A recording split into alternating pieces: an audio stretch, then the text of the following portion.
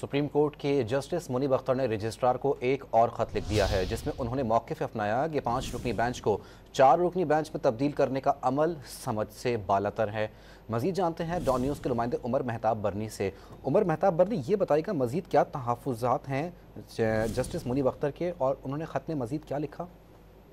जी देखिए, आज registrar supreme court की जानिब से आज की समाअत का जो तहरीरी हुक्मनामा है वो जस्टिस मुनीब अख्तर को भेजा गया, जिसके जवाब में जस्टिस मुनीब अख्तर की जानिब से जो खत है वो लिखा गया है, जिसमें कहा गया है कि आर्टिकल 63A नजरसानी केस 5 रुकनी बेंच के सामने समाअत के लिए मुकर्रर था।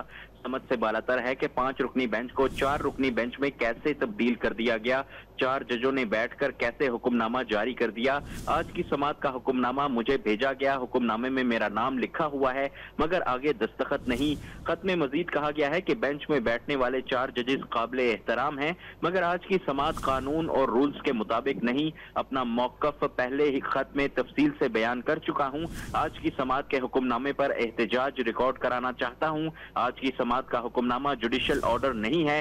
खत में मजीद कहा गया है कि आर्टिकल 63A की तशरीह से मुतल्लिक नजरसानी केस के हुक्मनामे की कोई हैसियत नहीं। मैं तमाम जो अफराद हैं उनकी तवज्जो एक बार फिर अपने साबका नोट पर मबजूल करवाना चाहता हूँ। जी बहुत शुक्रिया आपका।